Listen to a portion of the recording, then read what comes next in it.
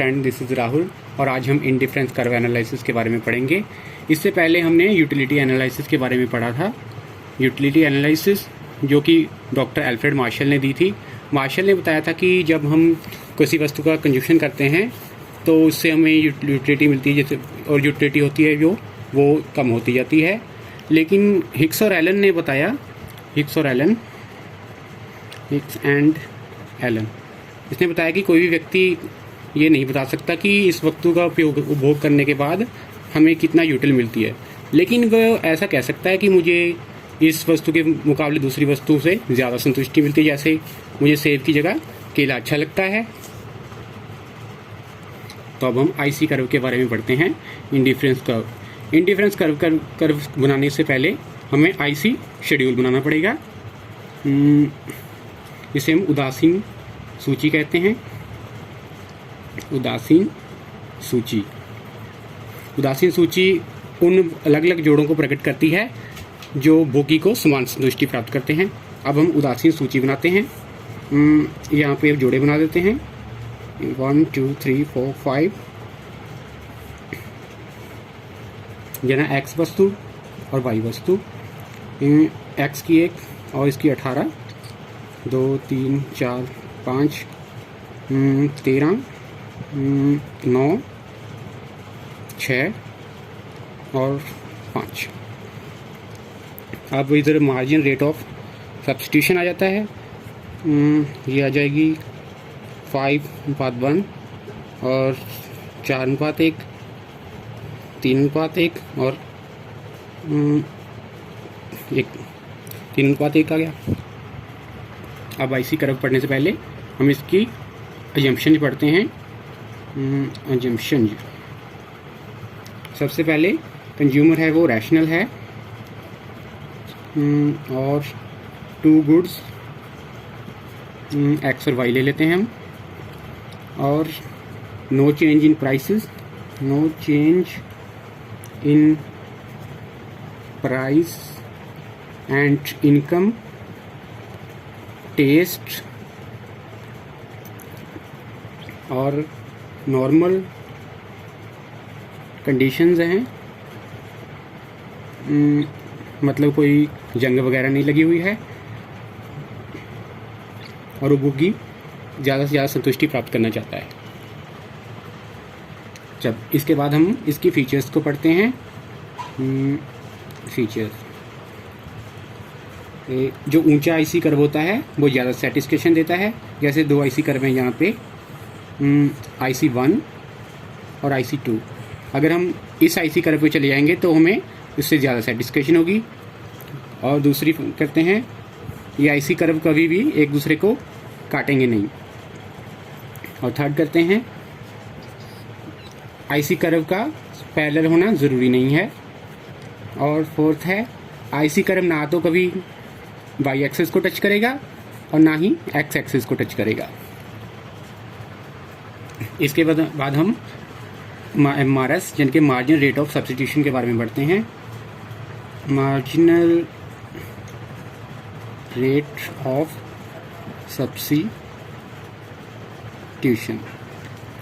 अब marginal rate of substitution बनाने के लिए हम फिर से वही सूची लेते हैं जो पहले ली थी कि इधर है, जोड़े बना देते हैं। एक first 5 X goods 1 2 3 4 5 and Y goods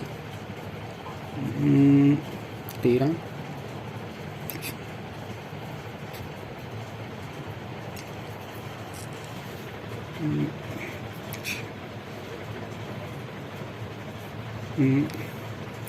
इधर मार्जिन रेट ऑफ सब्स्टिट्यूशन, इसको निकालने के लिए हमें क्या करना होगा, delta Y over delta X. ये पहले का तो निकलता नहीं है। दूसरी बार 18 6 गए 5 1 और 4 1 3 1 एंड इसके बाद हम कंज्यूमर इक्विलिब्रियम के बारे में पढ़ते हैं। कंज्यूमर इक्विलिब्रियम, अब हमने लिया था कंज्यूमर रैशनल है, तो हम उसका इक्विलिब्रियम के लिए 2 शर्तें हैं। पहली है बजट लाइन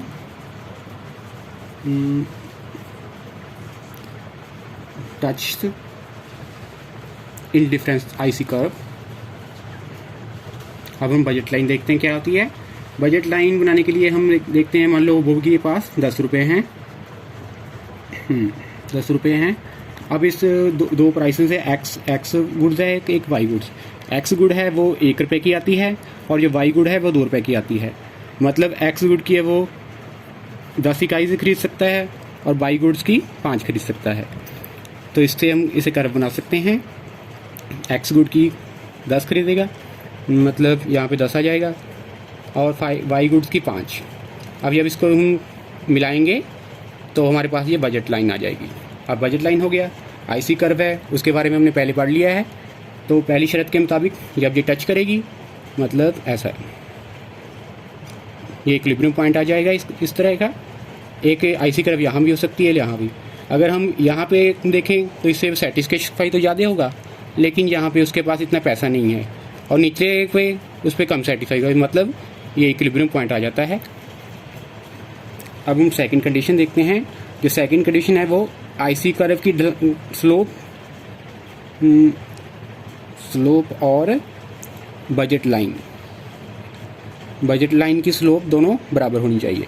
इसके लिए फॉर्मूला है margin rate of substitution X for Y is equal to price of X over price of Y is equal to delta Y over delta X, जैसे कि हमने पहले पढ़ा है।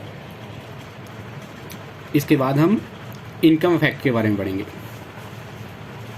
इनकम इफेक्ट्स, हमने एक एजम्पशन ली थी कि उपभोगी की आमदन में कोई चेंज नहीं होता। अब हम ये एजम्पशन छोड़ देते हैं तो देखते हैं कि इंडिफरेंस कर्व पे क्या इफेक्ट पड़ता है। कंज्यूमर इक्विलिब्रियम पॉइंट ये होता था हमारा। अब मान लेते हैं कि उपभोगी की आमदन बढ़ जाती है, तो उससे क्या होगा, बजट लाइन बाहर की तरफ शिफ्ट हो जाएगा। इसका मतलब है वो ऊंचे ऐसी कर्व पर आ जाएगा। और इसी तरह हो सकता है कि उसकी आमदन कम हो जाए, अगर जैसे लॉकडाउन में हो गई है, यहाँ पे नीचे आ सकते हैं, तो आईसी कर्व नीचे पे आ जाएगा। इसके बाद हम सब्स्टिट्यूशन इफेक्ट के बारे में पढ़ते हैं। सब्स्टिट्यूशन इफेक्ट, पहले आईसी कर्व पे वो ये सैटिस्फैक्शन पॉइंट है इसका। जैसे अब मान लेते हैं कि एक्स गुड सस्ती हो जाती है, तो इससे क्या होगा, ये बजट लाइन बाहर की तरफ शिफ्ट हो जाएगा और ये ऊंची आईसी कर्व पे चला जाएगा। अब हमने सब्स्टिट्यूशन इफेक्ट देखना है। इसके लिए मान लेते हैं हम इतनी इनकम इनकी वापस ले ली जाए, तो ये नीचे आ जाएगा। अब इस पॉइंट से लेके इस पॉइंट तक जो है उसको हम सब्स्टिट्यूशन इफेक्ट बोलते हैं। अब इसको एक पॉइंट दे देते हैं, इसको बी देते हैं, मतलब ए से लेकर बी तक जो पॉइंट है उसको हम सब्स्टिट्यूशन इफेक्ट बोलेंगे। तो अब हम प्राइस इफेक्ट के बारे में पढ़ते हैं। हमने एजम्पशन में पढ़ा था कि कीमत में कोई चेंज नहीं होता, लेकिन अब अगर कीमत में चेंज हो जाए तो क्या इफेक्ट होगा इसी कर्व में, ये देखते हैं हम। मान लीजिए यहाँ पे वो सेटिस्फेक्शन पॉइंट है इसका। अब एक्स गुड है जो वो सस्ती हो जाती है, तो इसका बजट लाइन इधर आ जाएगी और ये आईसी कर्व इधर को शिफ्ट कर जाएगा, और ये पॉइंट से लेके जो पॉइंट तक ए से बी तक जो है उसे हम प्राइस इफेक्ट बोलेंगे। इसके बाद हम इसकी लास्ट में क्रिटिसिज्म करते हैं। इसकी सबसे बड़ी क्रिटिसिज्म है जो वो डॉक्टर रॉबर्टसन ने की है। उसने इसे बोला है पुरानी बोतल में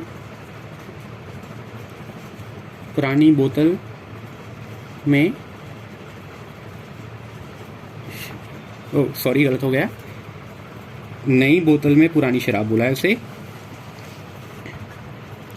पुरानी शराब बोला है। इससे पहले यूटिलिटी एनालिसिस में बोला था उसने कि हमें इससे इतने यूटिल मिलता है, तो इसने इसको कर्म दे दिया सिर्फ, तो इसका मतलब ये नई बोतल में पुरानी शराब है। और दूसरा है कंज्यूमर है वो रैशनल नहीं होता इतना, और थर्ड है जो जोड़े बनाए हैं उसने वो सही नहीं है। तो ये था हमारा इंडिफरेंस कर्व एनालिसिस। और इसके बाद हम रिवील्ड प्रेफरेंस थ्योरी पढ़ेंगे जो कि डॉक्टर पॉल एस मिल्सन के द्वारा दी गई है। और थैंक्स यू फॉर वॉचिंग।